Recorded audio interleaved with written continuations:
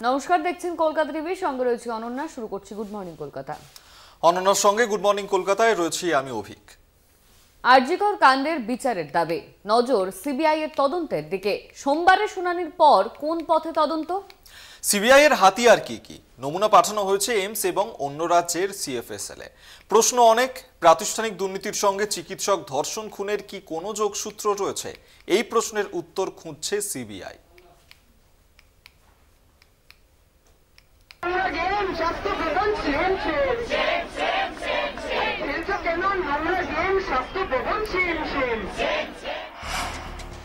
Deadline শেষ, কাটলো না জট। কর্মবিরতিতে অনড় জুনিয়র চিকিৎসকরা। আরজিকর কাণ্ডে অব্যাহত আন্দোলন। আগের 5 দফা দাবির সঙ্গে জুড়ল আরও দাবি। কলকাতার পুলিশ কমিশনার বিনীত গোয়েলের পদত্যাগের দাবির পর এবার স্বাস্থ্য সচিব, স্বাস্থ্য অধিকর্তা ও স্বাস্থ্য শিক্ষা অধিকর্তার পদত্যাগ দাবি আন্দোলনকারী জুনিয়র চিকিৎসকদের। কি দাবি আন্দোলনকারীদের? দোষীদের দ্রুত চিহ্নিত করা, অপরাধের উদ্দেশ্য সামনে আনা, দোষীদের দৃষ্টান্তমূলক শাস্তি, তথ্য প্রমাণ লোপাটের সঙ্গে প্রত্যক্ষ বা পরোক্ষভাবে জড়িতদের চিহ্নিত করে বিচার। কলকাতা পুলিশ কমিশনার বিনীত গোয়েলের ইস্তফা। সব মেডিকেল কলেজ, হাসপাতাল এবং স্বাস্থ্যকেন্দ্রের চিকিৎসক ও স্বাস্থ্যকর্মীদের নিরাপত্তা সুনিশ্চিত করা। স্বাস্থ্য সচিব, স্বাস্থ্য অধিকর্তা ও স্বাস্থ্য শিক্ষা অধিকর্তার পদত্যাগ। সোমবার রাতে আন্দোলনকারী জুনিয়র চিকিৎসকরা জানিয়েছিলেন তাদের দাবি না মানা পর্যন্ত তারা তাদের কর্মবিরতি চালিয়ে যাবেন। সেই মতো মঙ্গলবার তাদের 5 দফা দাবি নিয়ে স্বাস্থ্য ভবন অভিযানে নামেন আন্দোলনকারীরা। মুহুর্মুহু স্লোগান, প্ল্যাকার্ড, প্রতীকী মস্তিষ্ক, গোলাপ হাতে করুণাময়ী থেকে স্বাস্থ্য ভবনে যান জুনিয়র চিকিৎসকরা। তবে স্বাস্থ্য ভবনের 100 মিটার আগেই মিছিল আটকায় পুলিশ। জাস্টিস চেয়ে অনির্দিষ্টকালের জন্য অবস্থান বিক্ষোভে বসে পড়েন আন্দোলনকারীরা।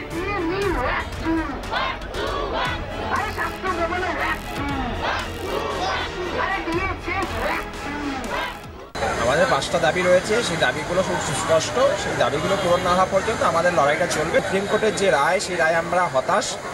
কারণ হচ্ছে যে বিচার প্রক্রিয়া যত দীর্ঘ হবে, জাস্টিস যত ডিলেইড হবে, তত জাস্টিস ডিনায়ালের প্রশ্ন আসবে, জাস্টিস সেখানে না পাওয়ার সম্ভাবনা আরও বাড়বে। সেটাই আমরা দেখতে পাচ্ছি এক্ষেত্রেও। তাহলে এটা rare of the rarest case. সেভাবে দেখা হোক, কিন্তু সেভাবে দেখা হচ্ছে না বলে আমাদের মনে হচ্ছে। আরজিকর কাণ্ডে বিচার চেয়ে জুনিয়র চিকিৎসকদের আন্দোলন যুক্তিযুক্ত, তবে এর প্রভাব পড়েছে চিকিৎসা পরিষেবায়। কর্মবিরতির জেরে 24 জনের মৃত্যু হয়েছে। সোমবার সুপ্রিম কোর্টে আরজিকর শুনানিতে প্রধান বিচারপতি মঙ্গলবার বিকেল 5টার মধ্যে চিকিৎসকদের কাজে ফেরার সময়সীমা বেঁধে দিয়েছিলেন।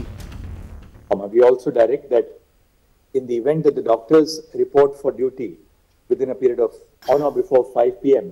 tomorrow, no adverse action, no adverse disciplinary action shall be adopted by the state of West Bengal. Junior চিকিৎসকদের কাজে ফেরার আর্জি জানিয়েছিলেন মুখ্যমন্ত্রী মমতা বন্দ্যোপাধ্যায়। আমিও ওই মিটিং থেকে রিকোয়েস্ট করব, দয়া করে আপনারা কাজে যোগদান করুন। যদি মনে করেন আপনাদের কিছু বলার আছে, ইউ আর অলওয়েজ ওয়েলকাম। আপনারা 5 জন 10 জনের একটা টিম নিয়ে আসুন, আমি কথা বলতে পারি। এরকম পরিস্থিতিতে ডক্টরস ফোরামের সদস্য পুণ্যব্রত গুণকে ফোন করে চ্যালেঞ্জ জানালেন কোন্নগরের বিক্রম ভট্টাচার্যের মা কবিতা ভট্টাচার্য। মৃতের মায়ের ফোন পেয়ে অস্বস্তিতে চিকিৎসক সংগঠন।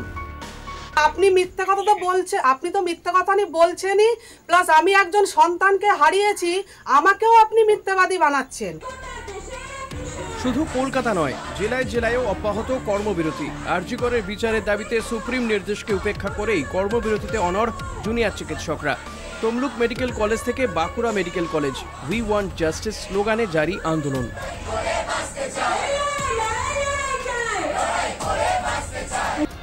ইমার্জেন্সি ওয়ার্ড ছেড়ে বিচারের দাবিতে রাস্তায় বসে জুনিয়র চিকিৎসকরা। একের পর এক বিনা চিকিৎসায় রোগী মৃত্যুর অভিযোগ। নৃশংস ধর্ষণ ও খুনের ঘটনায় প্রতিবাদ, বিক্ষোভ মিছিলে রাত জাগছে বাংলা তথা দেশ। কবে মিলবে বিচার? কবে কিভাবে কাটবে এই জট? এরপর রাজ্য সরকার কি পদক্ষেপ নেবে? নজর গোটা দেশের। কলকাতা টিভি।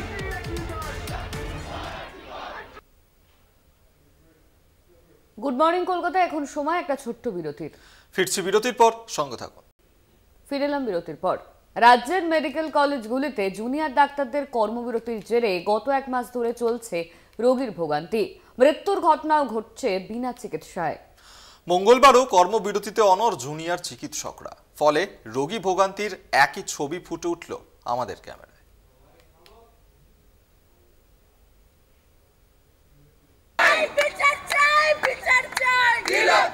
বিচার চাই, we want justice, we want justice.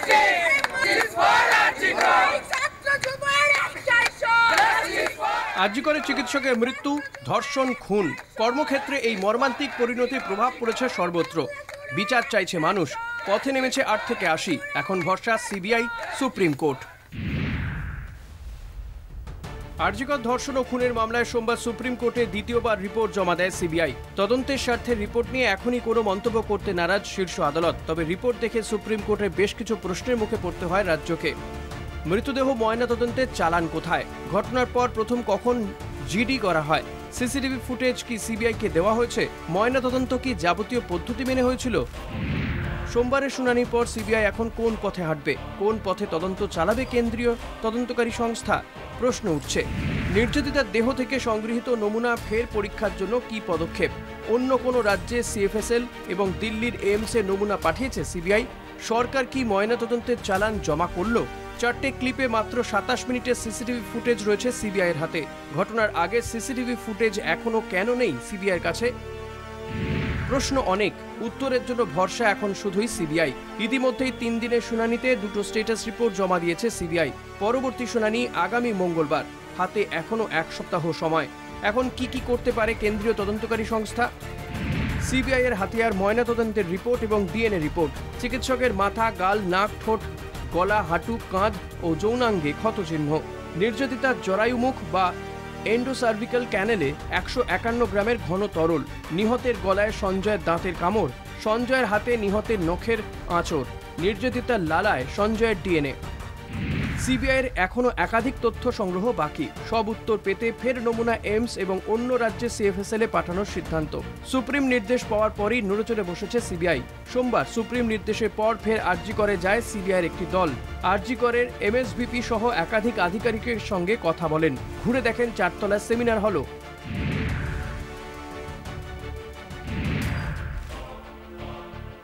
হাসপাতালে চিকিৎসককে ধর্ষণ খুনের ঘটনায় কলকাতা পুলিশের হাতেই গ্রেপ্তার হয় সিভিক ভলেন্টিয়ার সঞ্জয় রায়। পরে সিবিআই দায়িত্বভার নিলেও আপাতত জেল হেফাজতেই রয়েছে ধৃত সঞ্জয়। অন্যদিকে আরজি করে আর্থিক দুর্নীতি মামলায় সিবিআইয়ের জালে প্রাক্তন অধ্যক্ষ সন্দীপ ঘোষ। গ্রেপ্তার হয়েছেন আরও 3 জন। মঙ্গলবার ফের তাদের আলিপুর আদালতে পেশ করে সিবিআই। কেন্দ্রীয় এজেন্সির তরফে হেফাজতে চাওয়া হয়নি। 23শে সেপ্টেম্বর পর্যন্ত জেল হেফাজতেই সন্দীপ ঘোষ।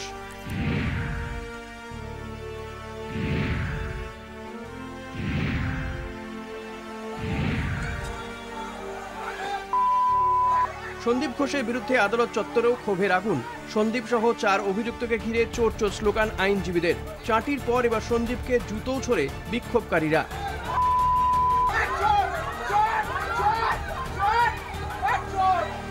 আর্থিক দুর্নীতিতে সন্দীপ সহ 4 জন গ্রেপ্তার হলেও ধর্ষণ এবং খুনের মামলায় কিন্তু ধৃত একজনই, সঞ্জয় রায়। প্রাতিষ্ঠানিক দুর্নীতির তদন্তে সিবিআইয়ের পাশাপাশি ময়দানে নেমেছে ইডিও। সন্দীপ সহ সন্দীপ ঘনিষ্ঠদের বাড়িতে তল্লাশি, সন্দীপের একের পর এক সম্পত্তি উদ্ধার সবই হয়েছে। কেন্দ্রীয় এজেন্সিগুলোর এত তৎপরতার পরেও প্রশ্ন উঠছে, সত্যি কি সঞ্জয় একাই খুনি, নাকি নেপথ্যে কোনো চক্রান্ত? প্রাতিষ্ঠানিক দুর্নীতির সঙ্গে ধর্ষণ খুনের যোগ? সিবিআই এখন এ ব্যাপারেই নিশ্চিত হতে চাইছে। এখন নজর 17ই সেপ্টেম্বরের দিকে। সেদিন ফের স্ট্যাটাস রিপোর্ট জমা দেবে সিবিআই। কলকাতা টিভি।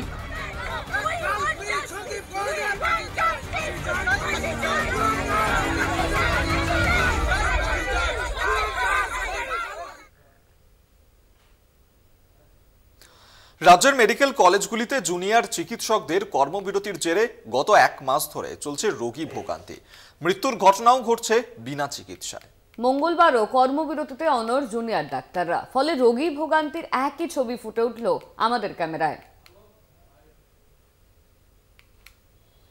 শামসুর জামান শিলিগুড়ির বাসিন্দা। 3.5 মাসের শিশুকন্যাকে নিয়ে গত 3 মাস ধরে এসএসকেএমে রয়েছেন তিনি। তার ছোট্ট মেয়েটির পিঠে টিউমার হওয়ার কারণে অস্ত্রোপচার করা দরকার, কিন্তু হচ্ছে না, কারণ জুনিয়র ডাক্তাররা কর্মবিরতি করছেন। मतलब कि 3 महीना हो गया, नहीं सीनियर डॉक्टर मिल रहा है, नहीं जूनियर डॉक्टर मिल रहा है।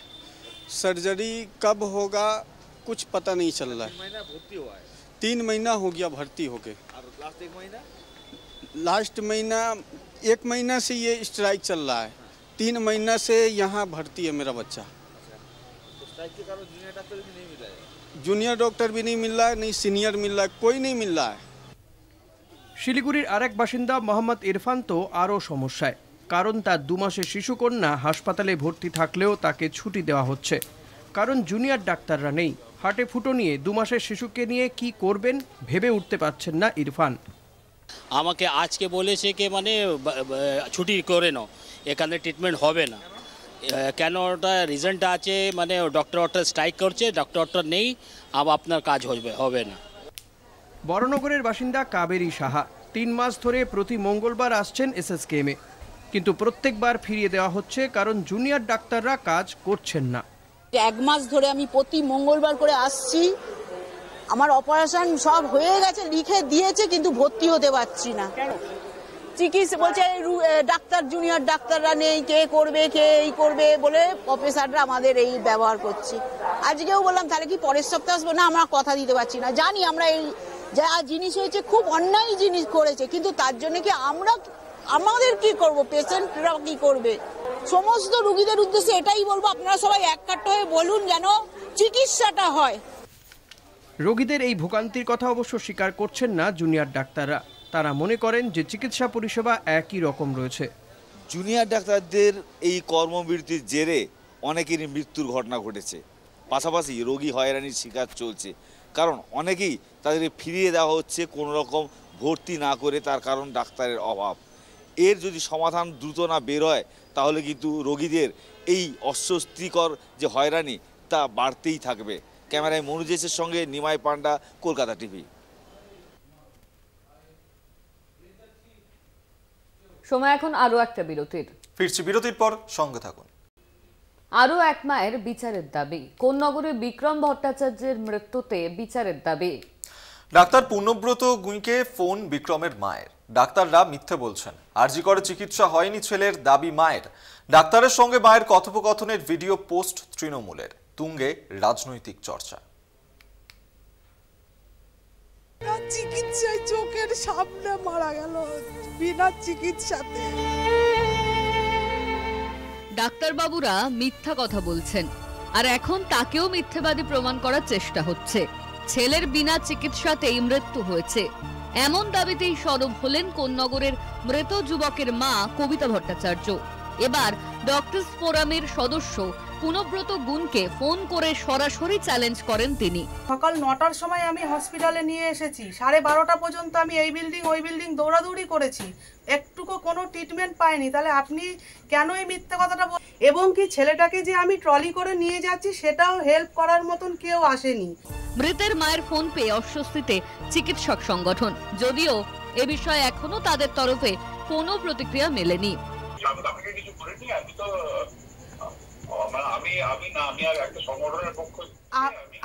আমি একজন না, আপনি মিথ্যা কথা তো বলছে, আপনি তো মিথ্যা কথা বলছেনই, প্লাস আমি একজন সন্তানকে হারিয়েছি, আমাকেও আপনি মিথ্যাবাদী বানাচ্ছেন। ঠিক আছে, আরেকটা কথা কি জানেন স্যার, তিলোত্তমার মা যেমন একজন সন্তানকে হারিয়েছে না, আমিও একটা সন্তানকে হারিয়েছি। বাস দুর্ঘটনায় গুরুতর আহত কোন্নগরের বাসিন্দা বিক্রম ভট্টাচার্যের মৃত্যু হয়েছে বিনা চিকিৎসাতেই। অভিযোগ এমনই। শুক্রবার এই খবর সম্প্রচারের পরেই তোলপাড় পড়ে যায়। সোশ্যাল মিডিয়ায় ঘুরতে থাকে মায়ের আরতি। এক্স হ্যান্ডেলে কলকাতা টিভির ওই ফুটেজ ট্যাগ করে পোস্ট করেন অভিষেক বন্দ্যোপাধ্যায়। তিনি লেখেন, যদিও জুনিয়র চিকিৎসকদের দাবি, জেলার সুপার স্পেশালিটি হাসপাতালগুলিতে পরিকাঠামোর অভাব রয়েছে, মানুষের মৃত্যুর দায় সরকারেরই। যে যুবককে একটা সিটি স্ক্যান করানোর জন্য কোন্নগর থেকে কলকাতা অবধি 30 কিলোমিটার ছুটে আসতে হলো গুরুতর জখম অবস্থায়, কেন তার নিকটবর্তী সুপার স্পেশালিটি হাসপাতালে ন্যূনতম সিটি স্ক্যানেরও ব্যবস্থা নেই? যদি সরকার সত্যি জেলার গরিব মানুষের চিকিৎসা পরিষেবা নিয়ে এতটাই ভাবিত, তাহলে জেলার হাসপাতাল ও প্রাথমিক স্বাস্থ্যকেন্দ্রগুলিকে ঢেলে সাজানো কেন হচ্ছে না? যদিও ডাক্তারদের সেই দাবি মিথ্যে বলে দাবি করেন বিক্রমের মা। 3 ঘন্টা চিকিৎসা না পেয়ে ছেলের মৃত্যু হয়েছে বলে দাবি জানান কবিতা। নেই নেই নেই, কোনো হসপিটাল নেই স্যার। ঠিক আছে, না না, সেখানে আমাদের এখানে কোনো হসপিটাল নেই স্যার। ঠিক আছে, চিকিৎসা পেয়েছে আপনার ছেলেকে, যে চিকিৎসা করা হয়েছে সেটা আরজিকর মেডিকেল কলেজের যিনি ভাইস প্রিন্সিপাল সপ্তর্ষি চট্টোপাধ্যায় তিনি বলেছেন। এদিকে বিনা চিকিৎসায় বিক্রমের মৃত্যুর ঘটনায় বিচার চেয়ে দাবি উঠেছে জাস্টিস ফর কোন্নগর। রবিবার রাতে নাগরিক সমাজের ডাকে কয়েক হাজার মানুষ মোমবাতি মিছিলে পা মেলান। ছেলের মৃত্যুর বিচার চেয়ে রাস্তায় নামেন সন্তানহারা মা কবিতাও। সোমবার রাতে বিক্রমের বাড়িতে যান শ্রীরামপুরের তৃণমূল সাংসদ কল্যাণ বন্দ্যোপাধ্যায়। পরিবারের সদস্যদের সঙ্গে কথাও বলেন তিনি। রবিবার বিক্রমের মায়ের সঙ্গে ডাক্তার পুণ্যব্রত গুণের সঙ্গে ফোনে কথোপকথনের ভিডিও এক্স হ্যান্ডেলে পোস্ট করা হয়। একবার আউটারে একবার এখানে আবার বলছে 106 নম্বরে যান, সেখানে গেলাম ডাক্তার। তৃণমূলের ভিডিও পোস্টকে কটাক্ষ বিরোধীদের। পূর্ণ মিথ্যাচার তৃণমূল করতে শুরু করেছে। তৃণমূলের কাজই যখন বেকায়দায় পড়ে তখন নানা রকম ভিডিও বের করে পরিস্থিতিকে আয়ত্তে আনার চেষ্টা করে। মৃত্যু নিয়ে রাজনীতি করা বিজেপির স্বভাব, দাবি তৃণমূলের। দুঃখজনক মৃত্যু ডাক্তারের মৃত্যুকে নিয়ে হচ্ছে, মহিলা ডাক্তার। আর চিকিৎসা না পেয়ে যে মারা গেছে ডাক্তারদের ওই প্রতিবাদ এবং ধর্মঘটের জন্য, যাতে মা কিছু বলতে পারবেন না। স্বতঃস্ফূর্ত আন্দোলনে বরাবরই রাজনৈতিক রং মিশে যাওয়ার অভিযোগ উঠেছে। কোনটা সত্যি কোনটা মিথ্যে, বিচারের পাশাপাশি এই প্রশ্নেরও জবাব চাইছে সাধারণ মানুষ। Kolkata TV. Good morning Kolkata. এখন সময় আরো একটা বিরতির। ফিরছি বিরতির পর, সঙ্গে থাকো। মমতার মধ্যে সেই অগ্নিকন্যাকে খুঁজে পেলাম না। যে মমতা বন্দ্যোপাধ্যায়কে আগে দেখেছি আরজিকর কাণ্ডে, তার দেখা পাওয়া গেল না। কলকাতা টিভিতে একান্ত সাক্ষাৎকারে মন্তব্য জহর সরকারের। আমি মমতা ব্যানার্জিকে দেখেছি সরাসরি ঝাঁপিয়ে পড়তে প্রবলেমে। হ্যাঁ, আমি কেন্দ্রীয় সরকারে ছিলাম উনি যখন ছিলেন। আমি রাজ্য সরকারে ফিরে এসছি, আমি রিটায়ারমেন্টের পরে। আমি ওনাকে কোনোদিন রাজ্য সরকারে কোনো পদে পাইনি, কিন্তু মমতা ব্যানার্জির স্টাইলটাই ছিল মমতা ব্যানার্জির স্টাইল। কথা নেই বার্তা নেই, স্ট্রেট প্রবলেমের মাঝে ঝাঁপিয়ে পড়লেন, আগুনের মধ্যে ঝাঁপিয়ে পড়ে জিনিসটাকে, যে যেন তার নামও হয়ে গেছিল অগ্নিকন্যা, ঝাঁপিয়ে পড়লেন। এইখানে আমার মনে হয় সরাসরি যদি ডাক্তারদের ডেকে এটার প্রথম থেকেই কথা টথা শুরু করতেন 2-4 দিনের মাথায়। কেস তো সিবিআই দেখছে, দেখুক সে কেস সিবিআই, কিন্তু বাকিটা তো question of understanding and faith. Understanding and ফেথের জন্য যদি ডাকতেন, আমার মনে হয় এত দূর অব্দি গড়াতো না। কে যে তাকে বুঝিয়েছে যে পুরোটাই একটা পলিটিক্যাল চক্রান্ত, আমি জানি না। মমতা বন্দ্যোপাধ্যায়ের মতো রাজনৈতিক বিচার বুদ্ধি সম্পন্ন এক ব্যক্তিত্ব, কেউ তাকে এটা সম্পর্কে বোঝালেন এবং তিনি বুঝে যাবেন, এটা কি এতটা সহজে ধরে নেওয়া যায়? তিনি তো সত্যি রাজনীতিতে নতুন না, এবং তার যারা প্রতিপক্ষ তারাও মমতা বন্দ্যোপাধ্যায়ের যে রাজনৈতিক প্রজ্ঞা সেটা সম্পর্কে সবসময় খুব শ্রদ্ধাশীল। আমার কেন মনে হচ্ছে সরকারে যেটা হয়, সরকারে তো সবসময় উপদেশের অভাব নেই, প্রচুর লোক আছে, প্রচুর রকমের ইন্টেলিজেন্স দেয়, খবর দেয়, কে যে বুঝিয়েছে এখন ডিসিশনটা আলটিমেটলি ওনার, কিন্তু বুঝিয়েছে কি আমি জানি না। আরজিকরের ঘটনা সামলাতে মমতা অভিষেককে নিজের মতামত জানিয়েছিলাম, আশ্বাস ছিল পদক্ষেপ করা হবে, কিন্তু বড় দেরি হয়ে গেল। বাংলা বলছি অনুষ্ঠানে আক্ষেপের সুর জহর সরকারের গলায়। না, একটা আশ্বাস পেয়েছিলাম যে স্টেপ নেওয়া হচ্ছে, আপনি বলছেন একে সাসপেন্ড করতে, দেখবেন হবে কদিন পরে, কিন্তু এত দেরিতে হলো না। তাতে আমি যে স্টিংটা দিতে চেয়েছিলাম, যে স্টেপটা নিতে চেয়েছিলাম, এগুলো সব কিরকম যেন ভিজে গেল, এই আর কি।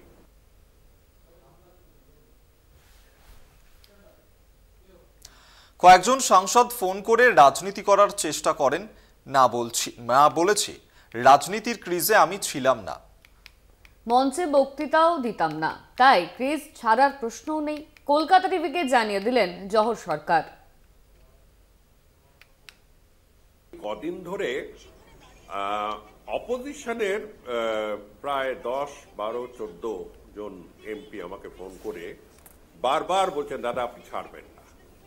আমি তার জানতাম না যে তারা আমার এইসব এত ফলো করে, বলে আপকি আওয়াজ হ্যাঁ ইয়ে হ্যাঁ ও হ্যাঁ, ওরা বলছে আমার সাথে না, ওরা অন্য দলের তারা বলেছে। এটা আমার কিরকম একটা অস্বস্তি লাগলো, কারণ আমি জানি না, তো তারা বলল। তারপরে তো বিজেপির লোকেরা কয়েকজন ফোন করে পলিটিক্স করার চেষ্টা করলো। আমি বললাম না, আমি আলোচনার মধ্যে ঢুকতে চাই না। আমি ক্রিজ ছাড়া প্রশ্ন হয় যখন আমি ক্রিজে খেলি। আমি ক্রিজে কবে ছিলাম? ক্রিজে যারা আছে তারা তো মমতা ব্যানার্জির সাথে আছে। পদত্যাগের চিঠি নিয়ে বিজেপি বিজ্ঞাপন করলে তারা বোকা, বিজেপি সম্পর্কে অভিমত পাল্টায়নি। কলকাতা টিভির লাইভ অনুষ্ঠানে রাজনৈতিক জল্পনায় দাঁড়ি টানলেন জহর সরকার। তারা যদি আমার চিঠিটা ব্যবহার করে তাদের বোকা ছাড়া কিছু বলবো না। আমার চিঠিতে কত জায়গায় বিজেপির আসল চরিত্র, বিজেপির ধনতন্ত্রের সাথে গভীর সম্পর্ক, বিজেপির ক্ষমতার অপব্যবহার সব কিছু লেখা আছে। তারা যদি ওটাকে নিয়ে অ্যাডভার্টাইজমেন্ট করতে চায় তারা বোকা। আমার চিঠিতে অনেক জায়গায় বিজেপি বিরোধী কথা লেখা আছে। তারা যদি তাতে আনন্দিত হয়ে বলে হ্যাঁ বিজেপির বিরুদ্ধে কথা বলেছে, তিনি বিশাল বোকার মতন কথা হচ্ছে। আমি ইচ্ছে করেই লিখেছি কারণ আমি জানি যে আমার ওই নীতির থেকে আমি সরব না। গুড মর্নিং কলকাতা আজ এই পর্যন্তই। অন্যান্য খবরের জন্য দেখতে থাকুন কলকাতা টিভি, রাত দিন 7 দিন।